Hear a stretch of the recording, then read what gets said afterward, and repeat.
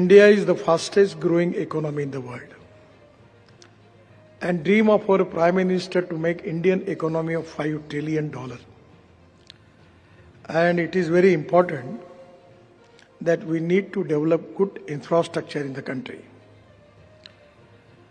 Today our position is 5th position, but our target is we have to actually, as far as the growth in economy is concerned, we are confident that we will be 3rd in the next 5 years. So this is to be the great strength for Indian economy, and that is the reason that we are developing world-class infrastructure in the country.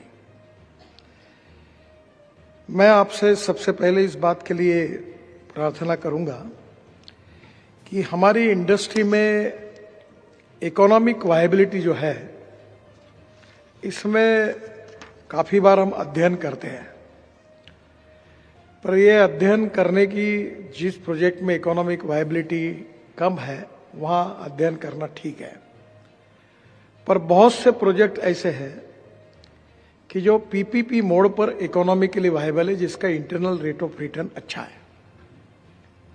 मैं आपको 2-3 बातें इसलिए सुझाऊंगा। मैंने 20 साल के पहले cooperative store शुरू किया था, उसके 5000 मेंबर है और हमने 5-5 हजार रुपए डाले थे। आज हमारा टर्नओवर 100 करोड़ है, हमारे 3 स्टोर्स हैं, तो एक स्टोर में हम लोग 2 लाख रुपए किराया देते हैं। तो हमने ये सोचा कि स्टोर के बाजू में एक व्यक्ति मेरे पास आया और वो इडली का पीठ तैयार करता था, तो मैंने 3x3 का एक बूथ बनाकर उसको दिया और कहा कि तुम इडली बेचो। तो उसके रेट में मैंने कहा कि एक काम करो, तुम जिस भाव में बेचोगे उसमें 15% हमारे स्टोर को कमीशन दो। तो हमारा किराया 2 लाख रुपए है। अब इडली वाला हमको 55,000 रुपये महीना, 60,000 रुपये महीना कमीशन मिलता है। फिर दूसरा हमने मदर डेयरी को बुलाया, उसको बोला तुम्हारा स्टॉल लगा दो। मदर डेयरी के कारण हमको फिर 40,000 रुपये मिलने लगा। फिर एक सब्जी का दुकान लगा दिया, तो उसके कारण फिर 60,000 रुपये मिलने लगे। तो हम किराया 2 लाख रुपए का देते हैं और बाहर के बार हमारी वसूली 2,20,000 रुपये हो गई, हमको किराया फुकट में पड़ा। You need to find out the way out. मैंने एक देश का सबसे बड़ा ऑडिटोरियम बना है, 2,500 कैपेसिटी का, राष्ट्रपति जी ने उसका उद्घाटन किया, तो बहुत अच्छा बना हुआ है। तो मैंने हमारे कमिश्नर को कहा कारपोरेशन के कि इसको 10,000 रुपये में दो। तो उन्होंने कहा सर ये कैसे संभव होगा, मतलब प्रॉब्लम क्या है? बोले एक प्रोग्राम का एयर कंडीशनिंग का बिल और ये इलेक्ट्रिक का बिल 80,000 रुपये आता है और आप बोलते 10,000 रुपये में दो, ये घाटा होगा। मैंने बोला मैं आपको वे आउट निकाल देता हूं। ऊपर में पूरा सरकारी योजना में सोलर की योजना थी, उसमें मैंने पूरा सोलर कर दिया। अब 80 कार्यक्रमों की बिजली मुफ्त मिलती है और मैंने 15,000 रुपये रेट में ऑडिटोरियम लोगों को देना हमने शुरू कर दिया। मैं आपको ये बात इसलिए बता रहा हूं कि प्रोजेक्ट को वायबल करना, प्रोजेक्ट की टेक्निकल वायबिलिटी अलग है। अभी एक मैंने हमारे नागपुर जिले में हमारे सीआरएफ फंड से एक केबल स्ट्रीट ब्रिज बनाया बड़ा, और वो ब्रिज के नीचे में ग्लास ऊपर में टावर रेस्टोरेंट बना है और नीचे में ग्लास लगाई है, और ऊपर में एक को भी कॉन्ट्रैक्ट दिया है, दोनों बाजू में कैप्सूल लिफ्ट लगाई है। और मैंने उनको कहा कि जो ऊपर जाके 100 रुपये देगा उसको 1 कप चाय मिलेगा या कोल्ड ड्रिंक मिलेगा और 200 रुपये में समोसा मिलेगा। तो मैंने बोला इनसे इसके कूपन दे दो समोसा और चाय के। अब लोग लाइन लगा के जा रहे ऊपर।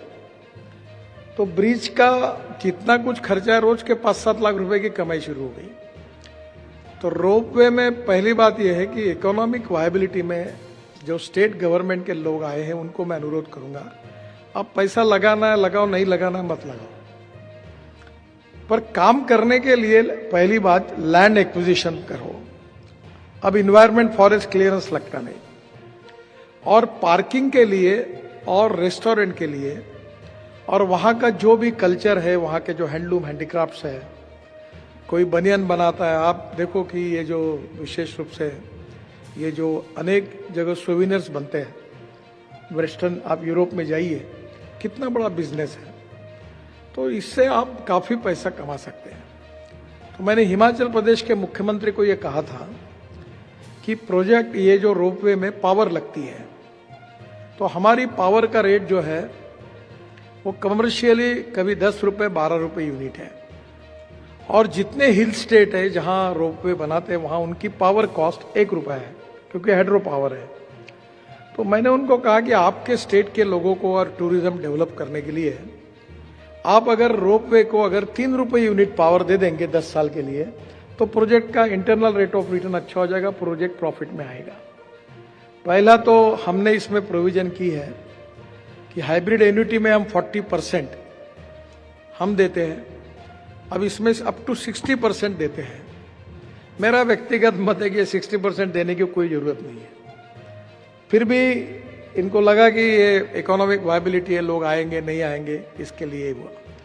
अभी मैं मुंबई में और पुणे में 45,000 करोड़ के हम लोग बड़े बड़े डबल डेकर ब्रिजेस बना रहे हैं।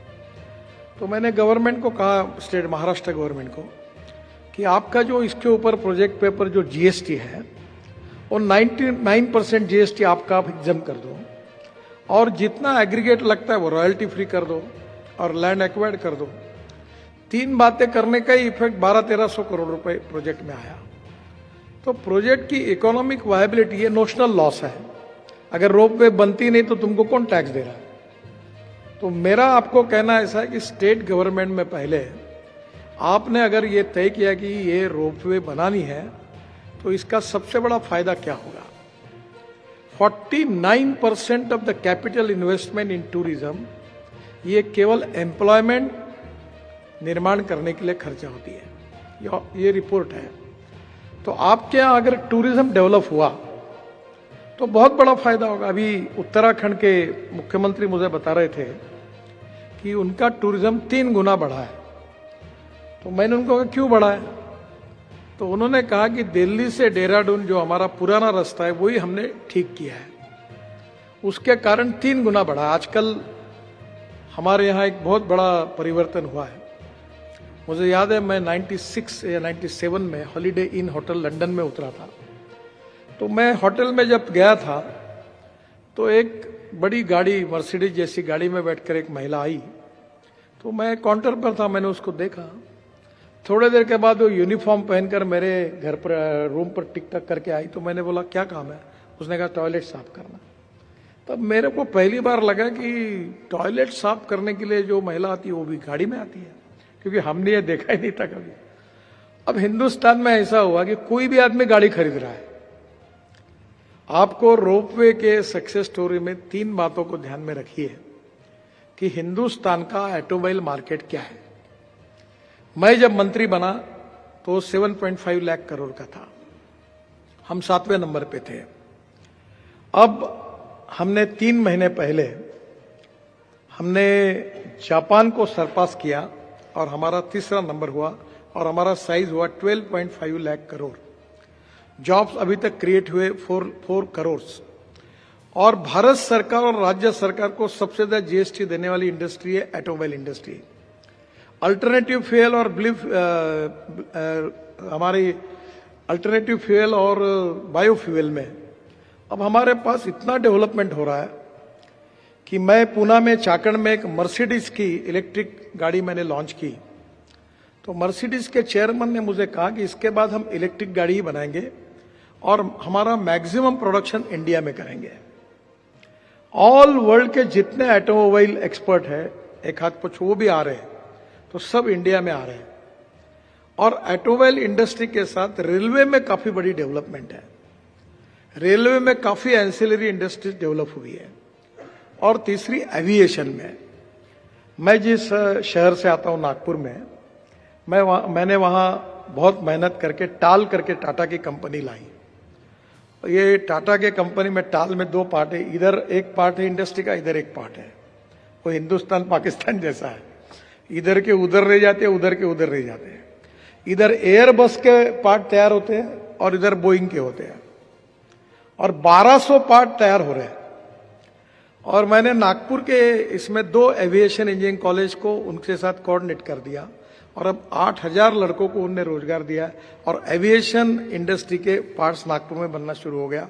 फिर डोसाल्ट आया और डोसाल्ट के साथ फिर इंजीनियरिंग कॉलेज का ये कर दिया। तो आज धीरे से वहाँ मैन पावर भी तैयार हो गई और पार्ट्स भी तैयार हो गए। आपकी इंडस्ट्री में मुझे लगता है नई आप मैन्युफैक्चरिंग शुरू मत करिए। हमारे यहाँ गांव में कहते हैं कि दूध अगर घर सुबह अच्छा दूध 1 लीटर पैक करके आता है तो भैंस और गाय पालने की जरूरत क्या है? आप काय के लिए इन्वेस्टमेंट करते हो? पूरी ऑटोमोबाइल इंडस्ट्री जो है उसमें वेंडर्स को आप क्लासिफाई करो और आपके जितने पार्ट्स है उतने 99% पार्ट आप अगर उनको डिजाइन देंगे, उनको पूरा बताएंगे तो वो बना के आपको दे देंगे। और जो आपको what ever the cost which is in Europe उसकी 25% कॉस्ट में आपको इंडिया में मिल जाएगा और उससे मुझे लगता है कि आपकी कॉस्ट कम होगी। The most important problem is paying capacity in Europe is very high as compared with India. Our paying capacity is very less, so that is the reason that you have to reduce the capital cost, and without reducing capital cost you cannot make economic viability. And that is the reason, if you can reduce the capital cost without compromise with the quality, I am 100% confident that you will get good business. Now the problem is that जो मैं Indian industry को कहूँगा, मैं कोई बड़ा expert नहीं हूँ, पर हिंदुस्तान के 2 बड़े ऑटोमोबाइल मैन्युफैक्चरर थे, नाम नहीं लेता मैं, मेरे मित्र थे।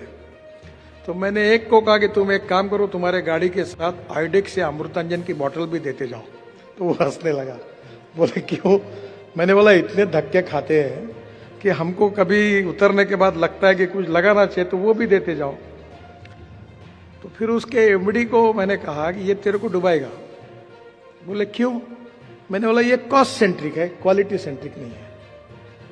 और आज आपको बता तो दोनों, जब ऑटोमोबाइल का हुआ तो दोनों कंपनी के एमडी मेरी राह देख रहे थे, मैं लेट पहुंचा था और बोले आप देखो हमारे मॉडल्स कैसे हैं, और बहुत अच्छे हैं। दोनों का शेयर बढ़ गया और जो फॉरेन की कंपनी उनका कम हो गया।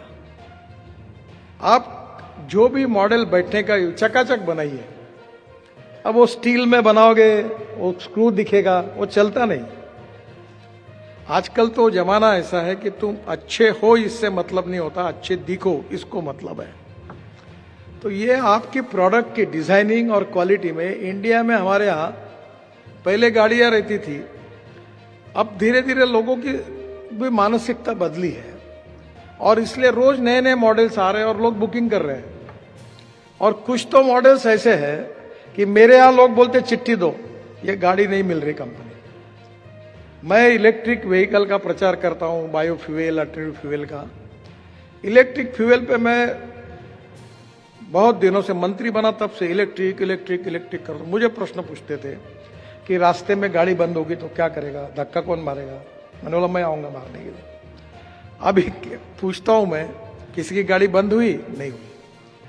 अब इलेक्ट्रिक कार का वेटिंग लिस्ट लगा है, इलेक्ट्रिक स्कूटर के 400 स्टार्टअप तैयार हो गए हैं।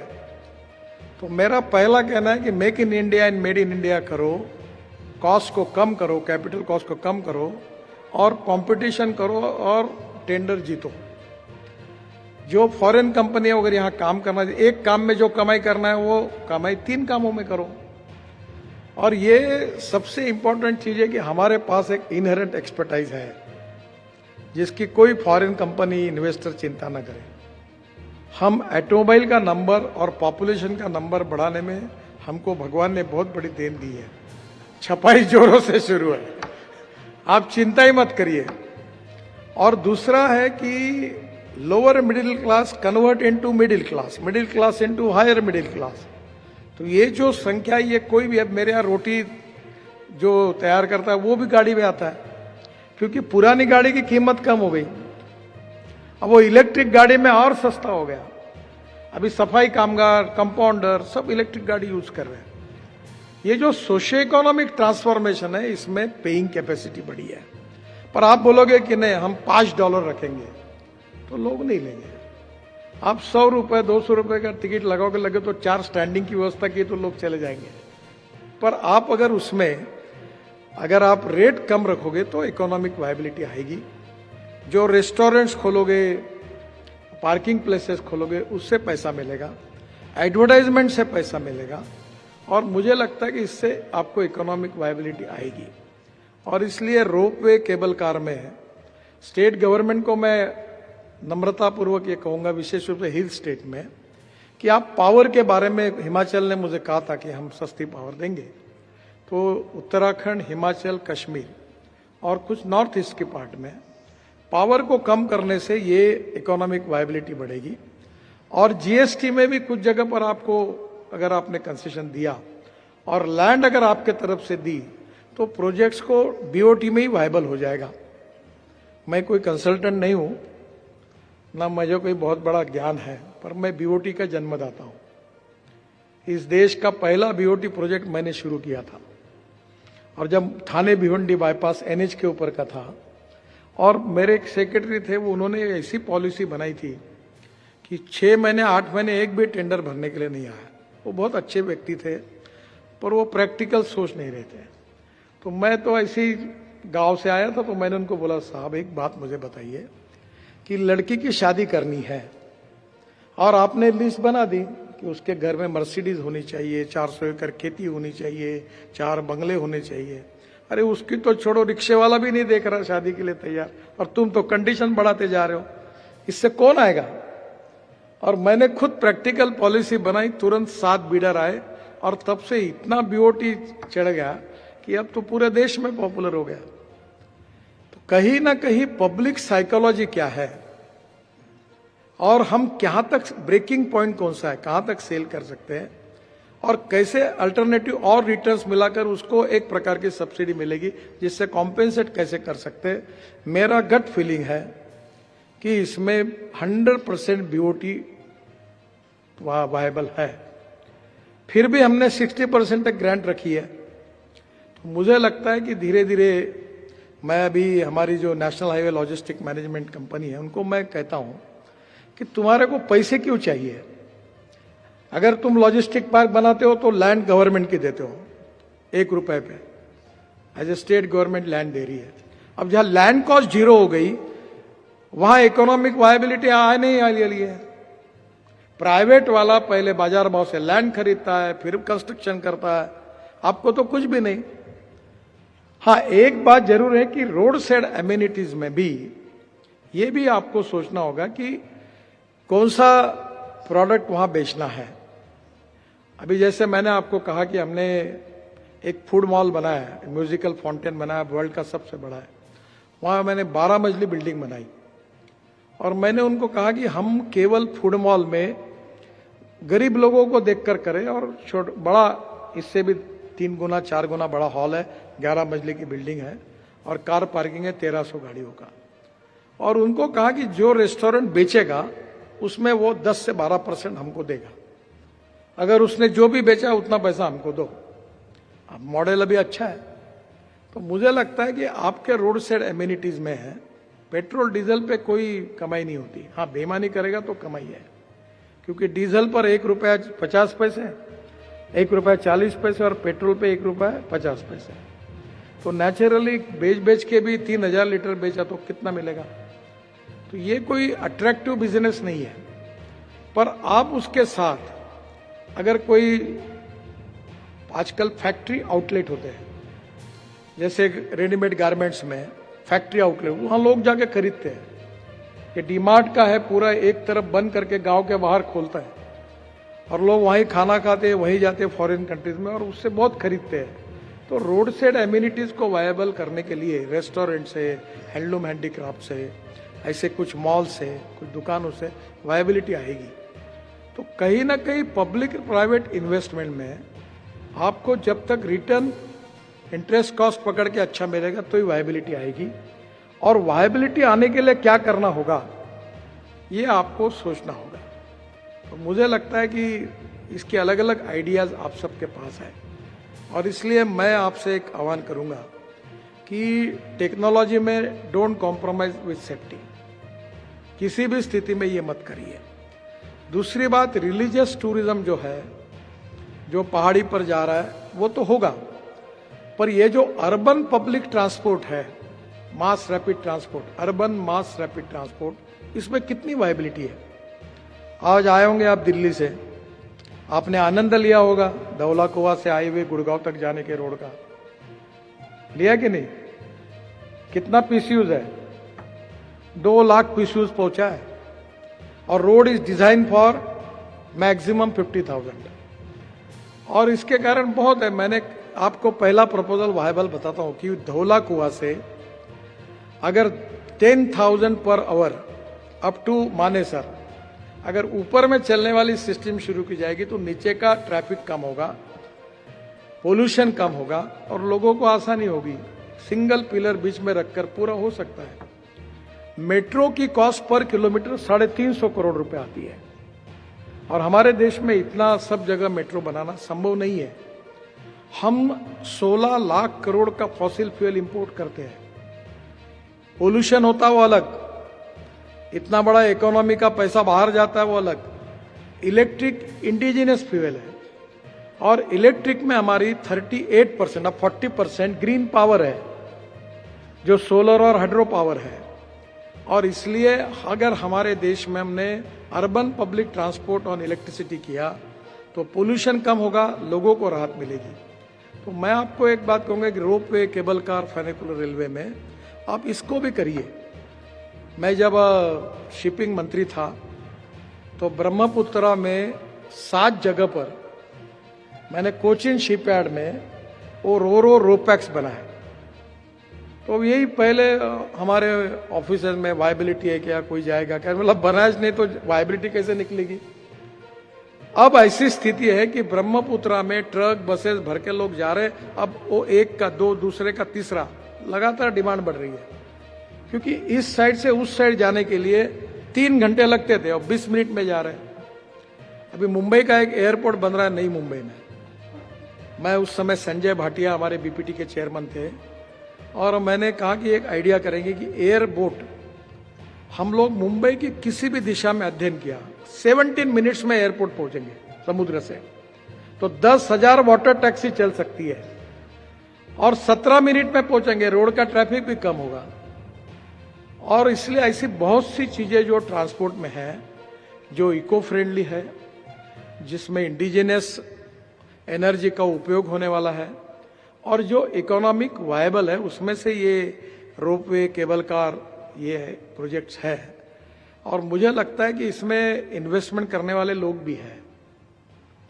आपको इन्वेस्टमेंट में अगर आप पब्लिक प्राइवेट इन्वेस्टमेंट में जाएंगे, प्रोजेक्ट बैंकेबल होंगे।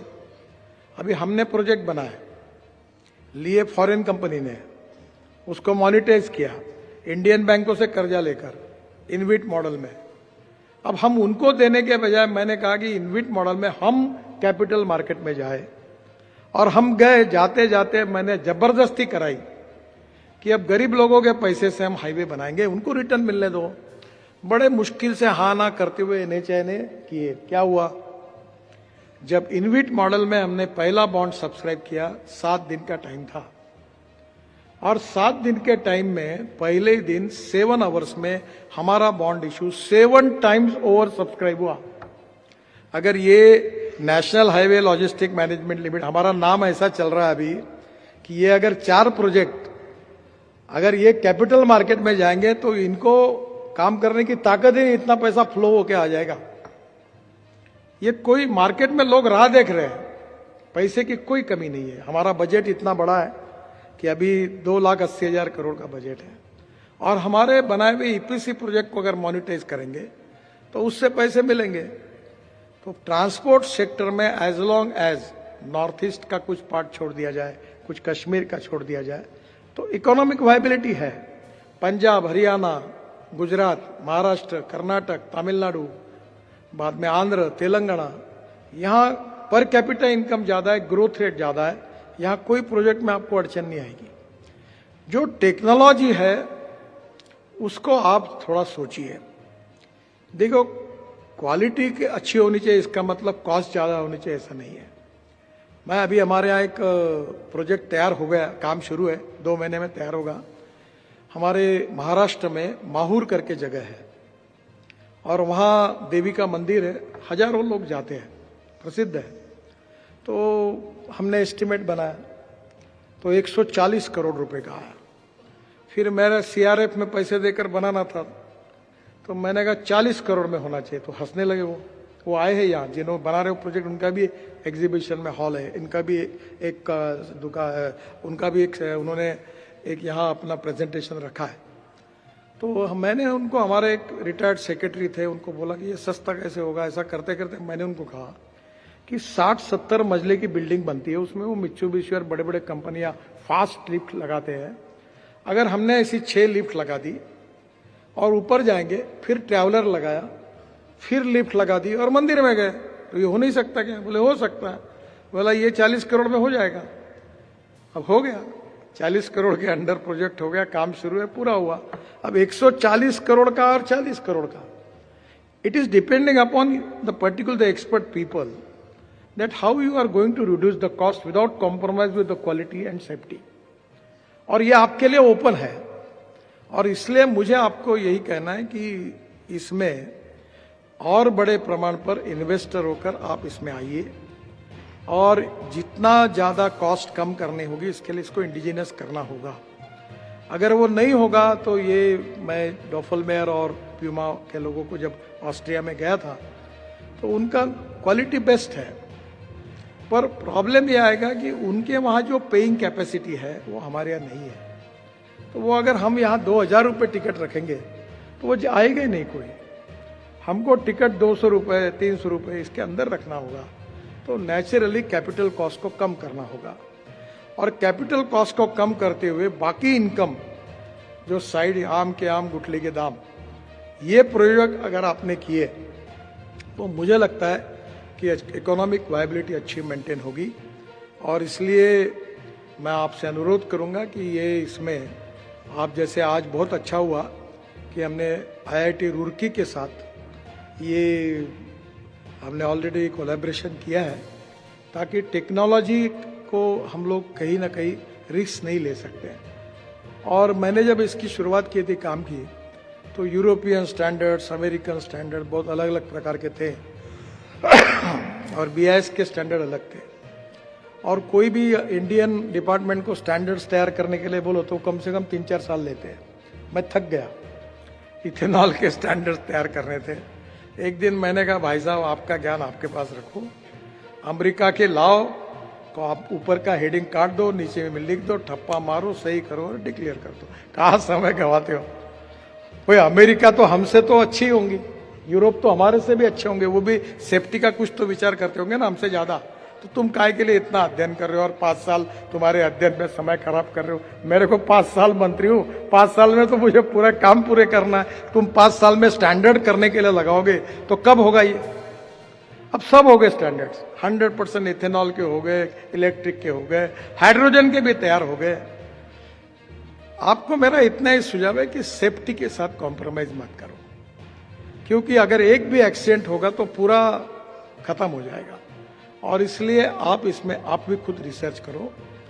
इसमें से इंडिया में भी काफी नए नए लोग आईआईटी के पास हुए इंजीनियर्स, वो भी प्रयोग कर रहे हैं। और कुछ प्रयोग ऐसे है कि वो वेस्टर्न कंट्रीज से भी हमारी टेक्नोलॉजी अच्छी है, तो मुझे लगता है उनको भी हम इनकरेज करेंगे। और निश्चित रूप से पब्लिक प्राइवेट इन्वेस्टमेंट आएगी। शुरुआत के समय में 60% तक हम दे रहे हैं, और मुझे लगता है कि ये प्रोग्राम में 200 प्रोजेक्ट ऑलरेडी हमारे पास है। ये वर्ल्ड का सबसे बड़ा प्रोग्राम है रोपवे केबल कार का। इतना पोटेंशियल कहीं नहीं है, वर्ल्ड में नहीं है, इतने स्पॉट्स नहीं है। ये हमारे यहाँ एबिलिटी है कि इतना बड़ा देश है, इतनी पॉपुलेशन है, इतने सेंटर्स है, इतनी जगह पर लोग जा रहे हैं।